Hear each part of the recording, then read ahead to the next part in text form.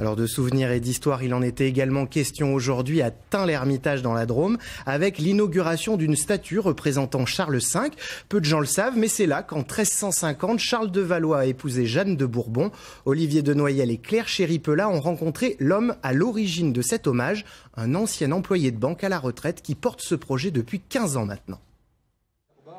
Un citoyen discret, mais aussi un homme généreux. Grâce à Jacques Brun, ces statues voient le jour. Ce retraité de la Caisse d'épargne a signé un chèque de 50 000 € pour réaliser ces bronzes de Charles de Valois et Jeanne de Bourbon.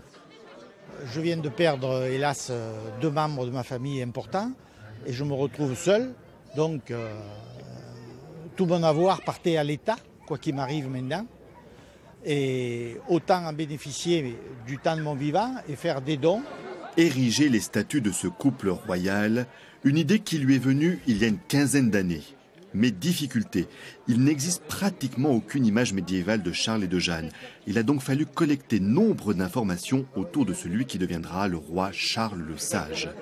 Puis choisir un sculpteur pour recréer des personnages crédibles, un travail en duo. C'est un passionné d'histoire, donc il m'a donné toutes les documentations qu'il avait faites. Plus on a pris sur Internet pas mal de choses aussi.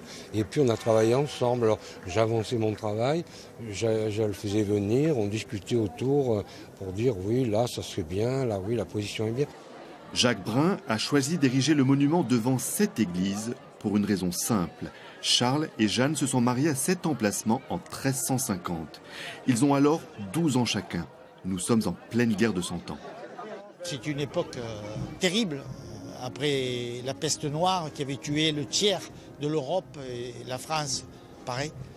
Donc ce mariage était un moment heureux dans cette époque. Ne pas oublier cette histoire, c'est le vœu de Jacques.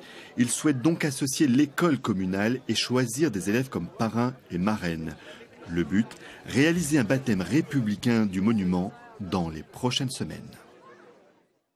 Tous ceux qui ont